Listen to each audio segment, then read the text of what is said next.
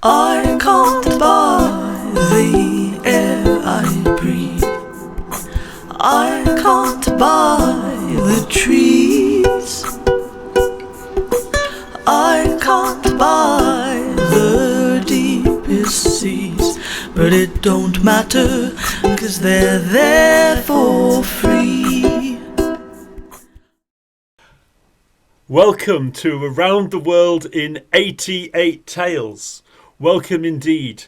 Here I am, David Heathfield, at the museum in Exeter, doing this project with you, people all around the world. And today I am thrilled to be with Raouf Mama. Raouf, I'm going to let you introduce yourself, but I'm absolutely thrilled that you're here. Welcome to the project. Thank you, David. My name is Raouf Mama. I'm a distinguished professor of English at Eastern Connecticut State University. I'm a native of Benin.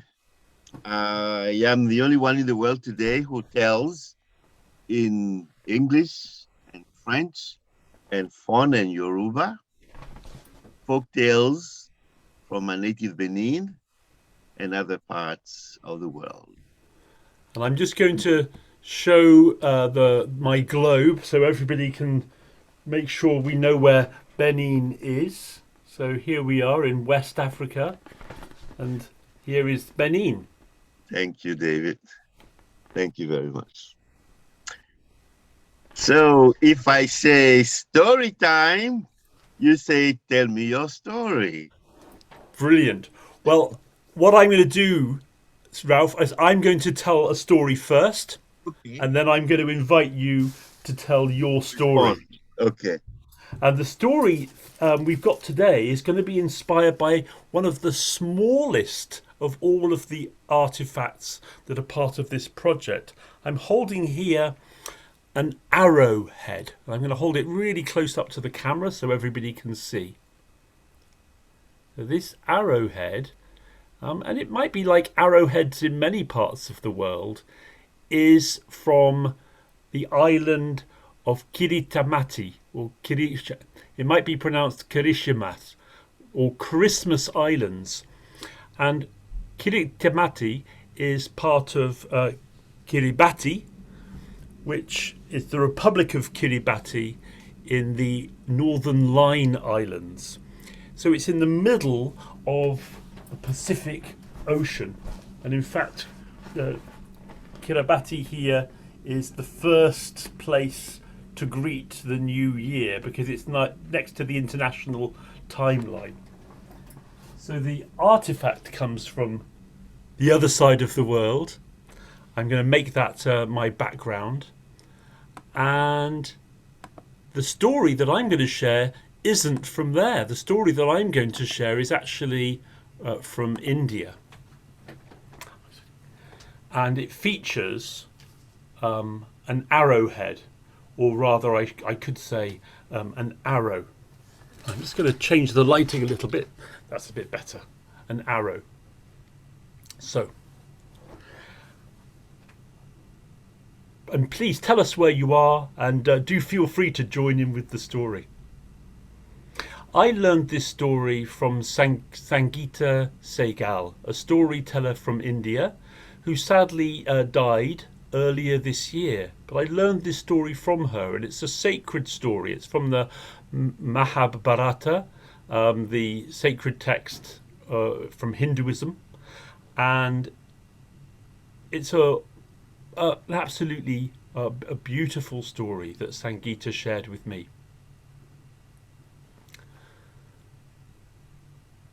A battle was about to begin. A terrible battle, greater than any that had ever taken place. And the battlefield was being prepared. Elephants were employed to knock down the trees, to make more space for the great armies.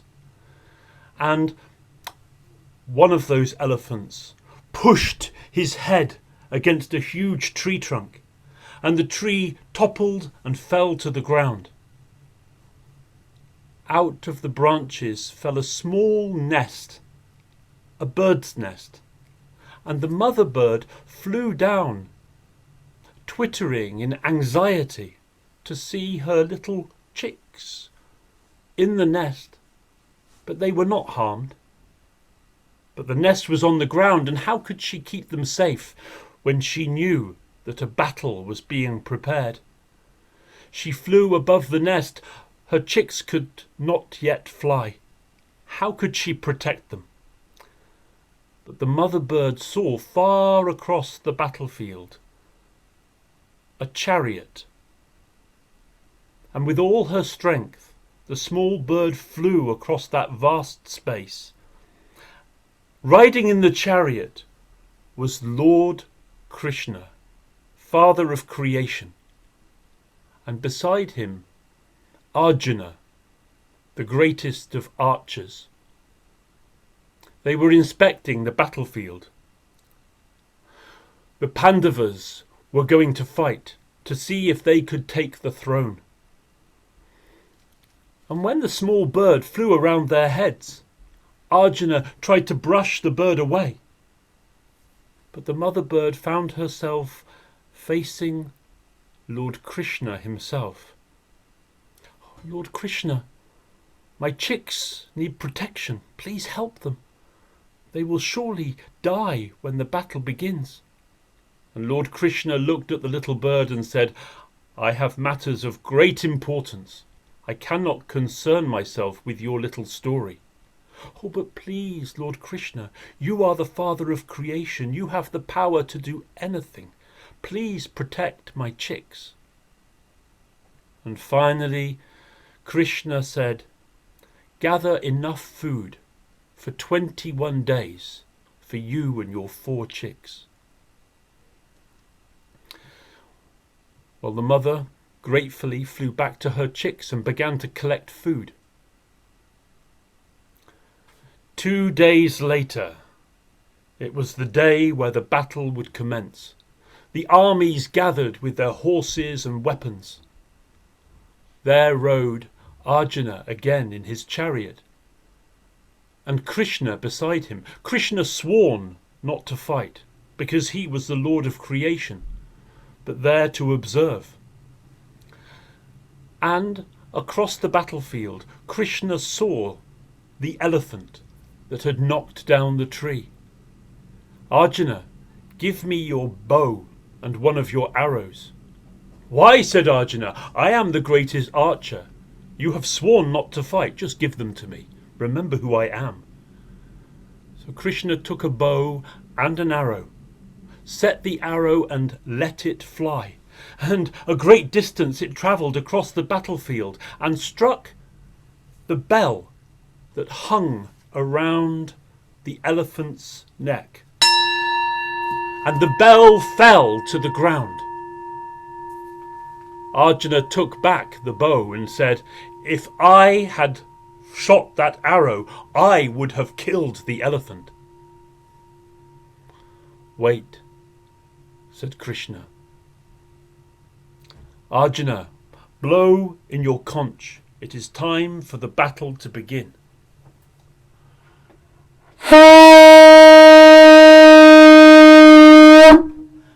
Well, the weapons were raised and the battle began. The blood flowed, the violence was terrible, brutal, and for 18 days many lives fell. The battle was finally over, and the Pandavas, with Arjuna, the archer, were victorious. The day after the battle, the chariot rode again, with Arjuna and Krishna, to inspect those who had been lost, to bury with ceremony those who were noble. They rode across the battlefield, but Krishna said, "Stop here, Arjuna. You see that bell on the ground? Pick it up." "Why, Lord Krishna? We have more important matters to attend to. This is just an elephant bell." "Remember who I am." And Arjuna reached down and picked up the bell. And from under that bell flew 5 little sparrows. the Mother Sparrow and the 4 chicks who had now fledged and were able to fly. And they flew around Krishna's head, praising him and thanking him for saving them. And now Arjuna understood about the elephant bell and thought of the power of Krishna, and why would he ever doubt him? Krishna had done so much that was noble with one single arrow. Beautiful. Thank you very much, Raouf. A story in tribute to the wonderful storyteller Sangitaa Sehgall in her memory. Oh, well, there's people who are commenting in the chat. Oh, Maya saying, I didn't expect the conch to be quite so loud. Sorry if I deafened you there. Brilliant. So, Raouf, the arrow or the arrowhead, does it bring to mind a story that you might like to tell? It brings to mind a beautiful story that my elder mother told me when I started gathering stories. But sadly, she passed away in October 2002. But I've held on to the story, which is part of the wonderful memories she had bequeathed to me. The story I'm going to tell is entitled The Hunter and the Magical Antelope. And I want to start this with a song of invocation. It's a Yoruba song. Again, Mom used to sing it to me. I call her my elder mother because she was my mother's elder sister. I didn't meet my father until I was 20, so she adopted me and she took good care of me. And when she passed, my mom went on singing that song to me. And she passed last year on the 24th of June. So when I sing the song, when I tell the story, it brings back beautiful memories, and it's my way of honoring the memory of the 2 women who gave me the most, gave me everything they had, more. Alabakeyo, ayenso kujuloyo, ajike adeyo, ayenso kujuloyo, acheche oshu, oshu abara ting ting. Ẹ̀ṣẹ̀lẹ̀ oṣù abara tíntìó alájọkẹyọ ayé ń sọ pójú lọ́yọ̀ alábàkẹ́yọ ayé ń sọ pójú lọ́yọ̀ àjíkẹ́ àlèyọ ayé ń sọ pójú lọ́yọ̀ àṣẹ̀ṣẹ̀lẹ̀ oṣù abara tíntín.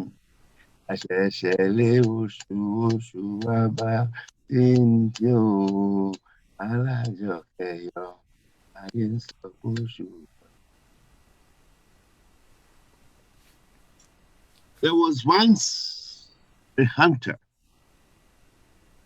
in a land that had fallen upon hard times. Story time. If I say story time, you say, tell me your story. For years beyond counting, not a drop of rain fell from heaven. And the green grass and the leaves upon the tree all withered and died. And the rivers and the lakes all dried up and turned into dust bowls. And there was no food in the land. Now the hunter was married to a most beautiful lady, and he would talk to her, speak to her in poetry sometime. I would like you to a night without stars, were it not for your eyes. I would like you to a sleep without dreams, were it not for your songs. He loved his wife, and he had to feed her. But there was no food in the land. What was more, the hunter's parents lived with him. You see, when the hunter was little, his father and his mother took good care of him. They covered him with love and affection. They kept a roof over his head, clothes upon his back. They provided him with all the things a child might need. And now they had entered upon the season of old age. He was duty-bound to cover them with love and affection, keep a roof over their heads, clothes upon their backs, and provide them with all the things the elderly need. But there was no food in the land. Story time! Tell me your story. In the end, out of sheer desperation, the hunter decided to go to the sacred forest. It was a forest where no one was allowed to go, for only ghosts and spirits lived there. And no sooner had he got to the sacred forest than an antelope came trotting by. The hunter drew his bow and arrow and was going to let fly when something extraordinary happened. The antelope spoke and said, "Please take me, for if you do, you shall suffer all the days of your life. But if you spare my life, I shall grant you a wish." Yes, sir. So as you can see, I am giving you a choice between the curse and the blessing. Which one are you going to choose now, sir? Which one do you think? I would choose the blessing. The blessing, of course, magical antelope. Will you please grant me 1,000 wishes, please? Oh, don't do that! Don't ever do that! Wait, shall I grant you? But if you need time to think this over, go home now and come back tomorrow at this hour. And I shall be here waiting and waiting and waiting. But remember, sir, opportunities such as this one comes but once. So do not miss it, sir. And I shall not miss it, God willing, the hunter said. I went home. Story time. Tell me your story. Just as soon as the hunter got back home, he went straight to his father and said, "Father, you won't believe what happened to me today in the sacred forest. There I came upon an antelope. I was going to kill the antelope. But the antelope spoke to me and said, 'Please don't kill me. For if you do, you shall suffer all the days of your life. But if you spare my life, I shall grant you a wish.'" Is it time? What is it going to wish for? And his father said, "My beloved son, all these years we have been hungry. And we're getting hungrier and hungrier and hungrier. Could you please ask the spirit for gold that we may sell for food?" And the hunter said, "That is a wonderful idea." Then the hunter went to his mom and said, "Mother, you won't believe what happened to me today in the sacred forest. There I came upon an antelope. I was going to kill the antelope. But the antelope spoke to me and said, 'Please don't kill me. For if you do, you shall suffer all the days of your life. If you spare my life, I shall grant you a wish.' Mom, what shall I do?" And his mother said, "My beloved son, all these years I have been blind. Could you ask the spirit to make me see again?"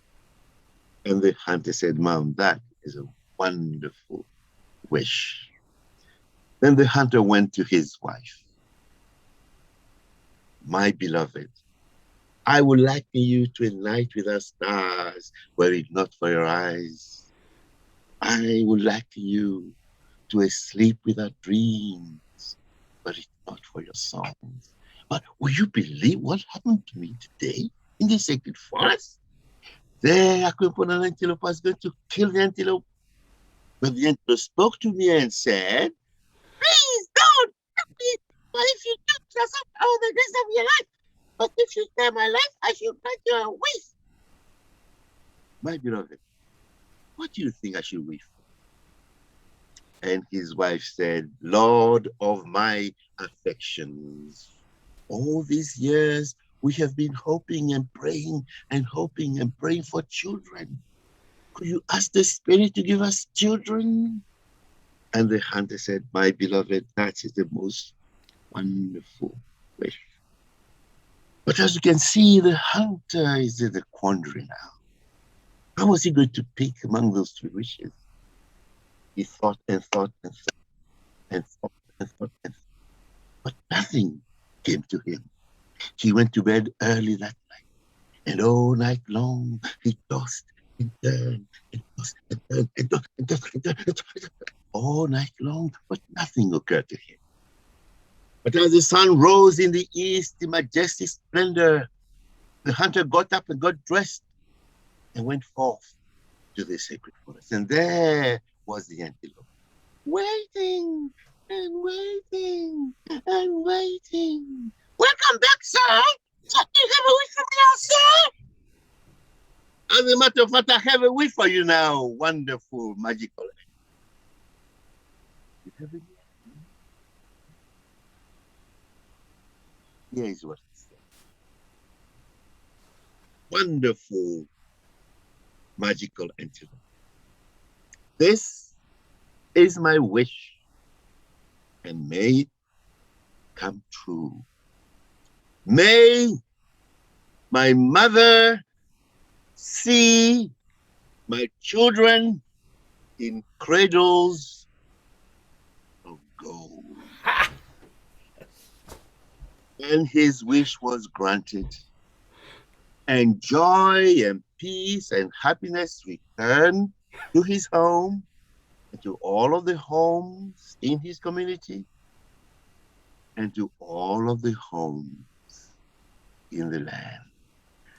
Oh, give me a home where the buffalo roam, where the deer and the antelope play, and where seldom is heard a discouraging word, and the sky is not cloudy all day.